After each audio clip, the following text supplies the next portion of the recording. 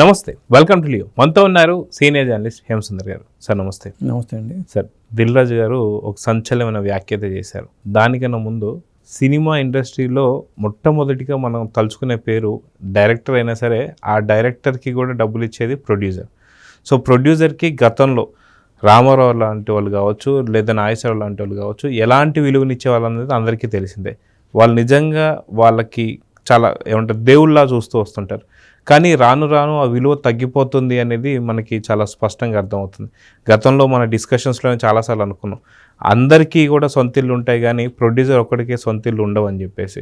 So దీనికి సంబంధించి ఇప్పుడు దిల్ రాజు చేసిన వ్యాఖ్యల్ని ఎలా చూడాలంటారు? 100% వాస్తవమే. ఇప్పుడు చాలామంది సీనియర్ నిర్మాతలు సినిమాలు ఎందుకు తీయటం లేదు అనే ప్రశ్నకి సమాధానం ఇది.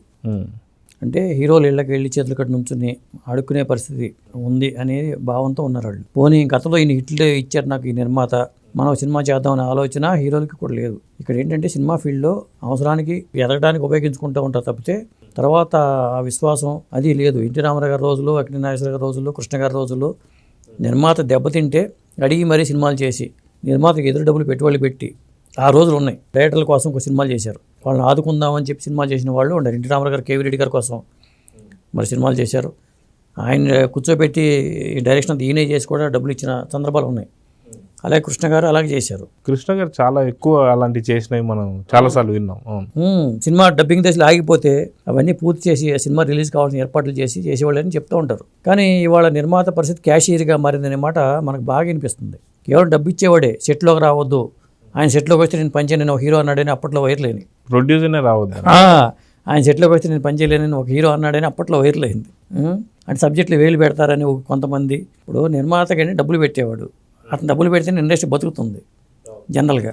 దిల్ రాజు గారు ఏమన్నారంటే ఇది ఎక్కడ జరిగిందంటే కూర్గు తీసుకెళ్లారండి. అట్లూరి పూర్ణచంద్ర గారు అక్కడ రిసార్ట్ ఒకటి కట్టారు కూర్గులో.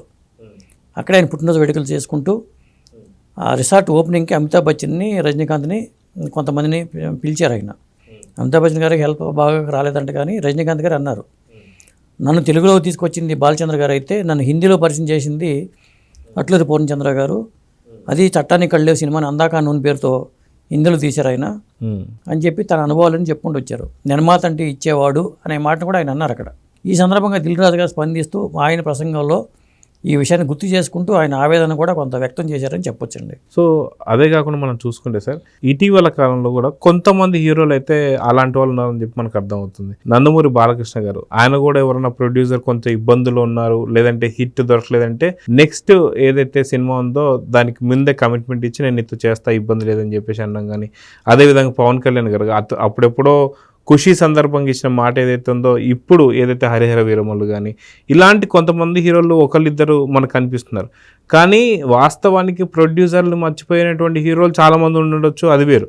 సో ఇలాంటి వాళ్ళ గురించి ఏం చెప్తారంటారు? అదేనండి, ఇప్పుడు జానీ ఫ్లాప్ అయితే డిస్ట్రిబ్యూటర్లు డబ్బులు ఇచ్చిన సందర్భాలు పవన్ కళ్యాణ్ చూసాము. బాబా సినిమా ఫ్లాప్ అయితే డబ్బులు తిరిగి ఇచ్చిన సందర్భాలు చూసాం రజనీకాంత్ గారు. ఇలా కొంతమంది హీరోలు మనకు కనిపిస్తూ ఉంటారు. కొంతమంది హీరోలు డబ్బుల దగ్గర అంటే ఒకసారి ఇక్కడ ఒక సమస్య కూడా ఉంది. జెన్యూన్గా లాస్ అయితే అది వేరే విషయం, జెన్యూన్గా లాస్ అవ్వకపోయినా అబద్ధాలు చెప్పేవాళ్ళు కొంతమంది ఉంటారు.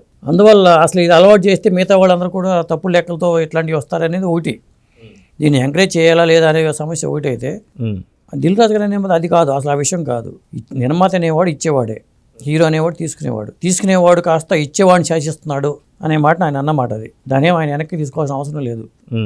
నిజంగా ఇండస్ట్రీలో పరిస్థితి అలాగే ఉంది. అది ఎవరినైనా చిన్నపిల్లడిని చెప్తారు. హీరో ఓరియంటెడ్ సినిమాలే ఉన్నాయి.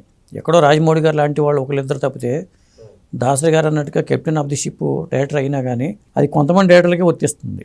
ఒక దాసరి గారు, ఒక కె రాఘవేంద్ర గారు, ఒక రాజమౌళి గారు, ఇలా కొంతమంది, ఇప్పుడు అనిల్ రావుడి గారు కూడా, లేదా ఒక సుకుమార్ గారు, ఇలా వేళ మీద లెక్క పెట్టచ్చు. దానికి వర్తిస్తుంది. కానీ మిగతా వాళ్ళకి పరిస్థితి అలా లేదు. ఇక్కడ నిర్మాత అనే వ్యక్తి డైరెక్టర్లకి డబ్బులు ఇవ్వాలి, హీరోలకి డబ్బులు ఇవ్వాలి, ఇతరత్ర ఆర్టిస్టులకి అందరికీ ఇచ్చేదేమో నిర్మాతే.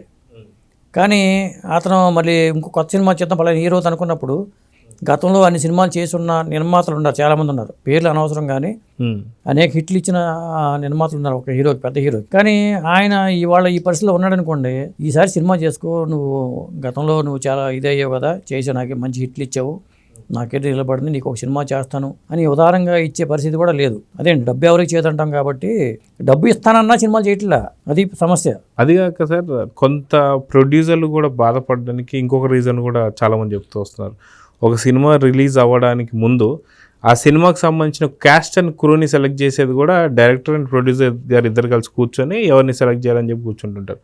కానీ ఇందాక మీరు అన్నట్టుగా ప్రొడ్యూసర్ గారిని పక్కన పెట్టేసి హీరో కానీ అక్కడ మెయిన్గా హీరోనే అనుకుందాం, హీరోనే పలాని హీరోయినే కావాలి, పలాని వ్యక్తిని పెట్టండి ఖచ్చితంగా, పలాని స్టోరీలో నాకు ఈ ఎలివేషన్ కావాలి, ఇలాంటి కూడా జరగడం కూడా కొంత ఇబ్బందికరం అని చెప్పేసి అనుకోవచ్చు ప్రొడ్యూసర్ గారు. అది కొంతవరకు డైరెక్టర్లు ఇబ్బంది పడుతున్నారు.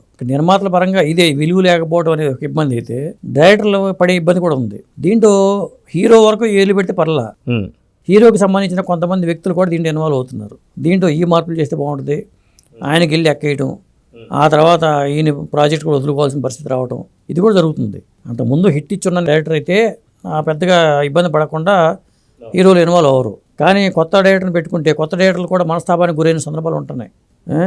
పలానా కొత్త వాడు వచ్చి నాకు చెప్పడం ఏంటి, ఎవరన్నా సీనియర్ని పెట్టండి నాకు చెప్పడానికి అనే హీరోలు కూడా ఉన్నారట. ఇది కూడా ఉంది.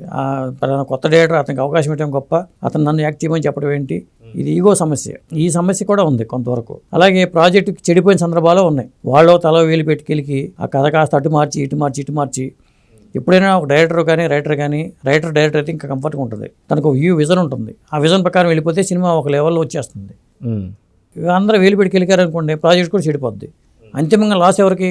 నష్టం నిర్మాతకి నష్టం. అక్కడ మళ్ళీ నష్టాన్ని కూడా నిర్మాత భరించుకోవాల్సి వస్తుంది. అదే అండి. సో చూద్దాం సార్, ఖచ్చితంగా ప్రొడ్యూసర్కి నిజంగా విలువ లేదని చెప్పి ఒక అతిపెద్ద ప్రొడ్యూసర్ అంటున్నారంటే ఉన్నటువంటి తీవ్రత అనేది అర్థమవుతుంది. సో చూద్దాం జరగబోతుంది. నమస్తే సార్. నమస్తే అండి.